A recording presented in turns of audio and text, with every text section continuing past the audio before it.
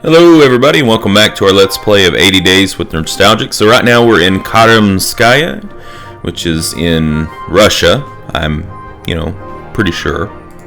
Never personally been there, but, it does say that we're in Siberia, so Siberia is part of Russia. There you go. Okay, well, I think we're making pretty decent time at this point. It's day 27. We're already, almost to Vladivostok, which is very, very close to getting to North America.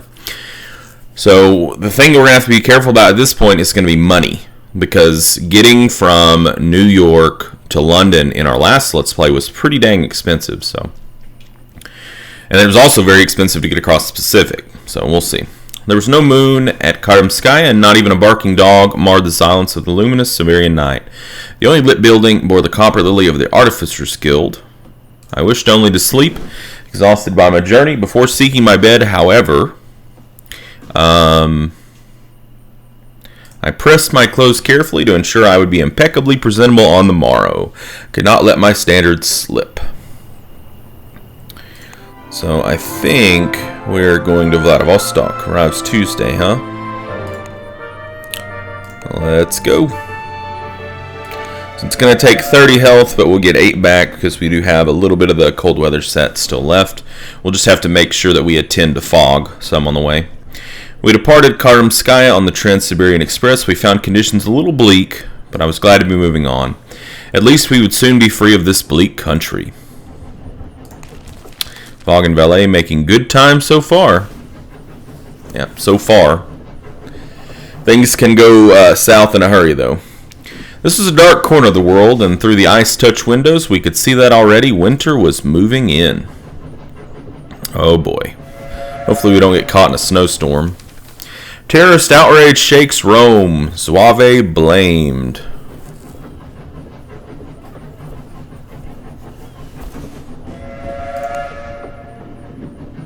Yeah, get that quick attention to fog there.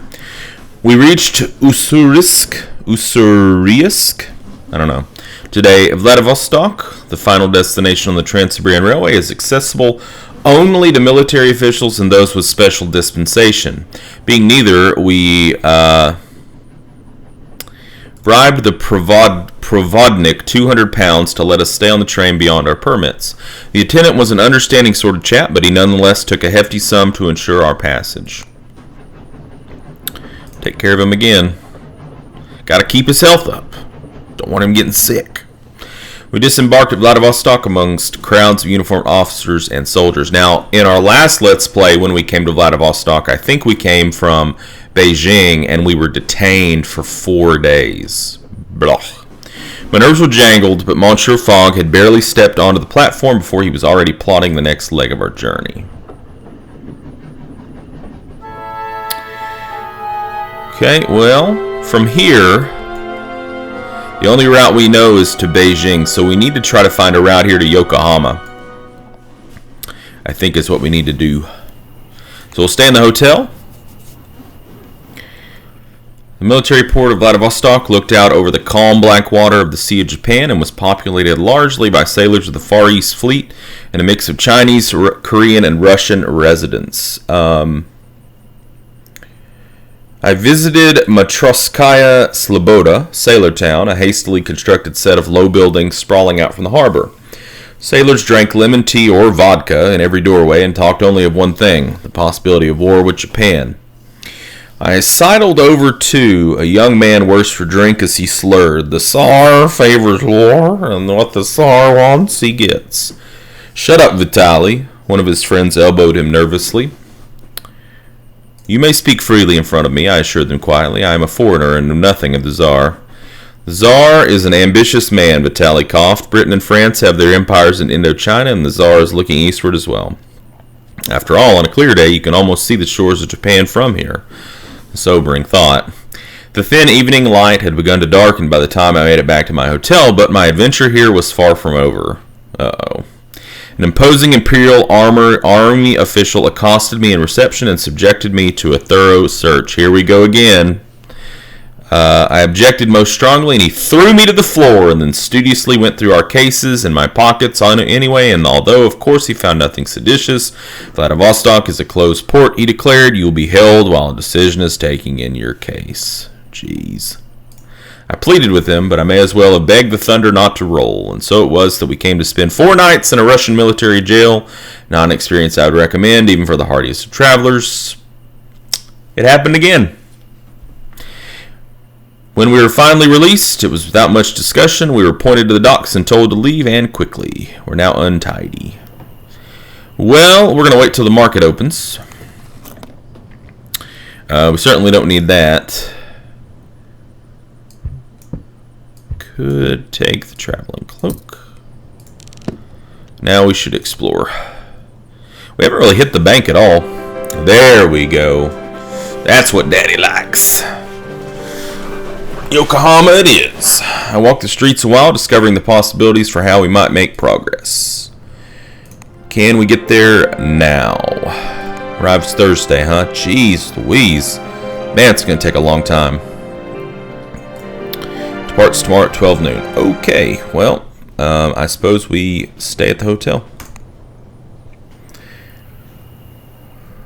We took a room and settled in, and I attended to Monsieur Fogg. Yeah, he's getting kind of low on health. Well, there won't be anything new in the market, so let's just go ahead and embark. We won't lose much health, so hopefully on the way over here we can get some more knowledge of routes from Yokohama. We avoided the Russian military ships and instead took passage on a Korean vessel crewed by a mix of Koreans, Mongolians, and Siberians who regarded Monsieur Fogg with grave curiosity. I considered charging £1 for a look at him. I might have made 20 pounds. They continued to goggle at my master in mild disbelief until he retreated below deck with the slightest of furrows etching his brow. Let's tend to Fogg. Get him up a little bit more. For the first day aboard, we kept ourselves mostly to ourselves. The crew seemed busy with their tasks, and I was happy to have fewer of those myself. Monsieur Fogg was his usual impervious self, however, and made his calculations and read his newspaper. Meanwhile, the boat steamed onwards. Tend to him again. Hopefully we'll get a chance to converse again. One of the cabin girls, Elena, spoke good English and was attached to us as a translator, though she created as much conversation as she explicated. Do you know my parents? Let's see, we've already had this event before. Are they famous? Elena nodded. My father was a Russian officer, maybe, and Mama comes from a famous Cossack family. They're all soldiers. A Russian officer, maybe? I raised an eyebrow. Well, Mama met him when she was dressed as a man and joined the Cossack host. He was very surprised, I think. Elena shrugged. Mama says he died of shock, leaving me as a present. But I think he probably ran away because Mama is so fierce. She looked proud rather than distressed at this prospect. I blinked down at the little cabin girl, rather at a loss as how I should respond. That's nice, I hazarded. She nodded enthusiastically. Mama runs the boiler room, and all the sailors were frightened of her. She told me rather wistfully, one day I will be like her. Elena made a mock fierce face, and I pretended to quake in terror until we both began laughing uproariously. More seriously, a friend in the boiler room was useful. I wondered idly but aloud if it would be possible to speed up our arrival into Yokohama. Elena nodded vigorously. I will ask my mother. With that, she hurried away. Let's converse. Greetings, mademoiselle. Good day, Frenchman. What can you tell me of Yokohama? So, you can travel aboard the steamship Gates of the East from Yokohama to Manila. That's the Philippines. It's not really straight east like I'm wanting. What about Yokohama to Honolulu? I wish I knew. You can buy cotton flowers in Honolulu. You can sell for profit in Havana, Cuba.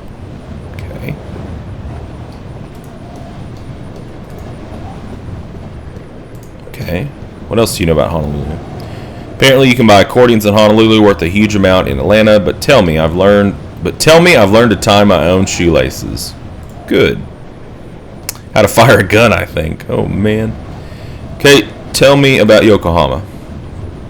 Oh, Yokohama is connected to San Francisco by boat, but the fare is over 3,000 pounds, and you can't really think that that's going to be fast. But maybe we might have to do that. San Francisco.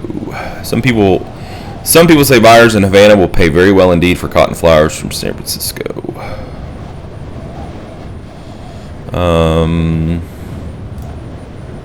Las Vegas? Oh my, is that the time? Well, that's helpful. At least we learned that you can go from Yokohama to San Francisco. I'd have to give that a shot. I mean, it is 3,000 pounds, but that would leave us with about 3,500 more pounds. Elena knocked on my door unreasonably early in the morning, eyes bright. The price of arriving today, she informed me in clear tones that suggested she was repeating a memorized script, is 800 pounds. And, she added, if you can't afford that, then you can boil your heads. I guess that means we have to work down there. Boiling our heads it is. Elena nodded seriously. I will bring you the water from the engine room, she replied quite seriously. I think perhaps she thought we were going to do some cooking. Converse. What can you tell me about Yokohama? Traveling circus. Cool. Wool trousers. Nice. Health. Roaring health. When he says I'm in roaring health despite your efforts, that kind of is unintuitive. I think it's a translation error of some kind or a mistake, because that means that like I've been making efforts to make sure that he is doing poorly, and he is, despite what I'm doing, he is still in good condition. Or it's just a joke. Elena laughed as I hung over the ship's rail to get a better view of Yokohama. As we neared the port, she gave me a hug goodbye, which surprised me, though her mother watched me with hard eyes throughout our exchange. We weighed anchor as the sun set. It lit the foreign flags in the harbor with bright fire as it dipped below the horizon. Relations with fog have strengthened slightly. The Ushanka could earn us well here. Well, let's sell it. We don't need the Russian train timetable anymore. That might be alright. What do we got here? Seasickness pills could be really good. That katana is awesome. Yes. I must have it. Alright, let's sell the hammer. Sell the knitted gloves. I'm taking the seasickness pills and the magnetic compass. Okay. So the plan is, I think, to... Good God, 19 days. Oh, it departs in 6 days at 12 noon. We could negotiate... Holy shit. No. Absolutely not. Okay, let's think about this. 6 days plus, that's 25 days. So it will arrive here on day 63? Is that right? So we'd have 17 days to get to London. I mean, I guess we'll try it. It'll give us a chance to hit the bank, at the very least.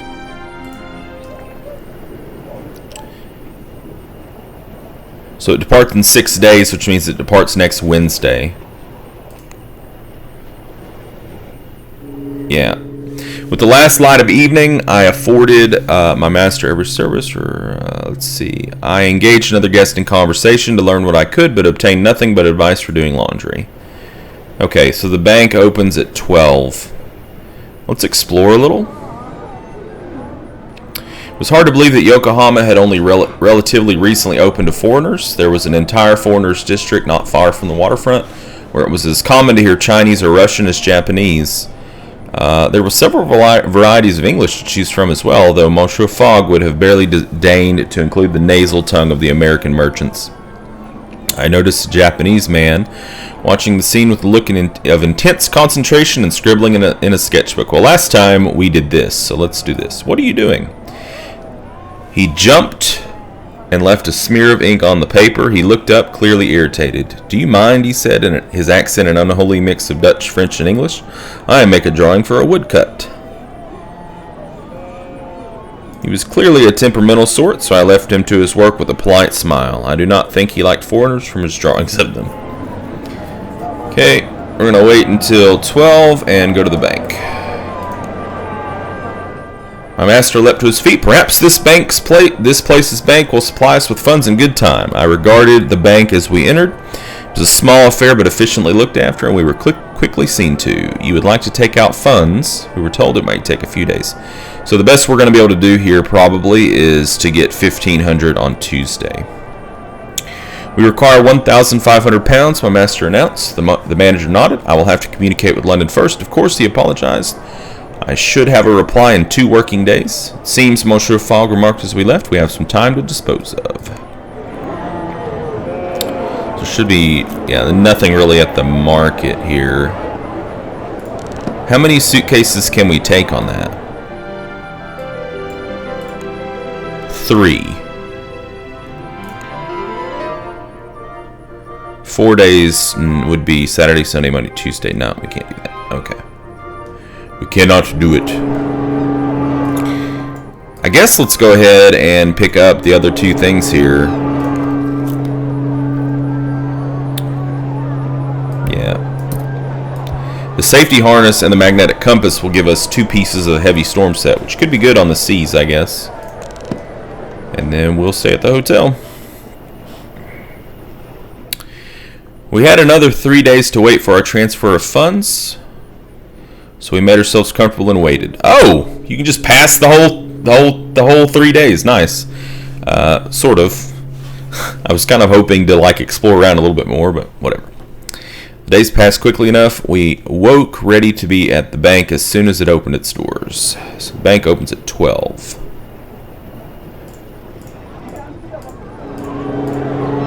Okay, let's go get our money. We returned to the bank at opening time to collect our funds, and then we were ready to proceed once more. Okay. Now. Departs tomorrow. 14 days now. Interesting. Okay. Tomorrow at 12 noon. Well, we will be ready. So if it departs tomorrow, day 44 takes 14 days. That'll be 58. Day 58. That's actually better than I thought. I think it changed or something. I don't know. As night fell, yeah, let's make a little bit of money. I helped the kitchen staff to clean, earning 100 pounds. It's always good to have a little bit more money, right?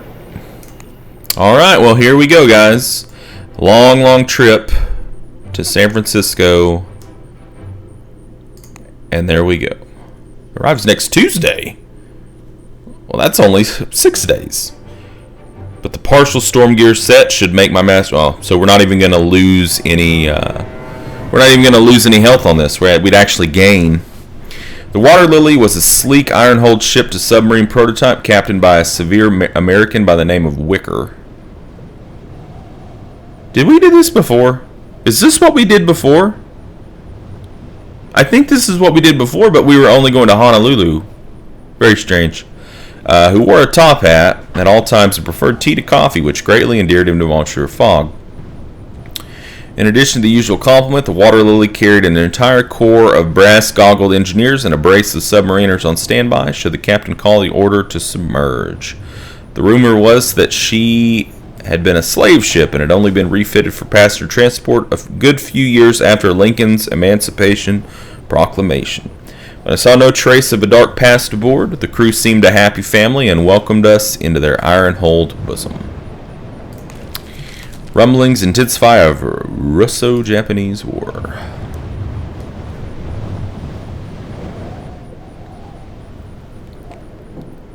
Our cabin, while hardly spacious, was adequate to our needs. One of the midshipmen came by to show us how to use the pressure seals in case of submersion, but in all other aspects, I resigned myself to yet another interminable steamship ocean crossing. I was not to be so lucky.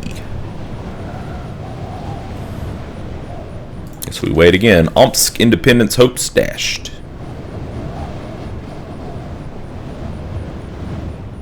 The salty air blew cool and sharp against my face as I opened the door onto the top deck. It was painfully early, and the only passengers awake were a group of Chinese laborers hunched miserably near the stern. Yeah, one of the member was vomiting copiously into a bucket. I offered him as much space as I could give him and was careful not to get anything noxious on my shoes. See, last time we gave him medicine, which endeared him to us. Greetings, Captain. Passepartout, what do you want? Tell me about San Francisco. There are many Chinese immigrants in San Francisco. I think we have something to sell in Salt Lake City. My mother designed parts of the Texas and Pacific Railway from Dallas to New Orleans.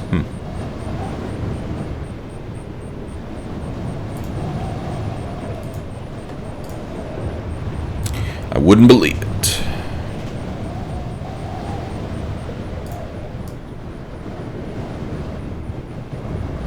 My uncle visited Winnipeg back when the Canadian Pacific Railway to Ottawa doubled its fare. This guy doesn't want to tell me anything. So I guess we've already actually got a route from San Francisco all the way to this is Chicago.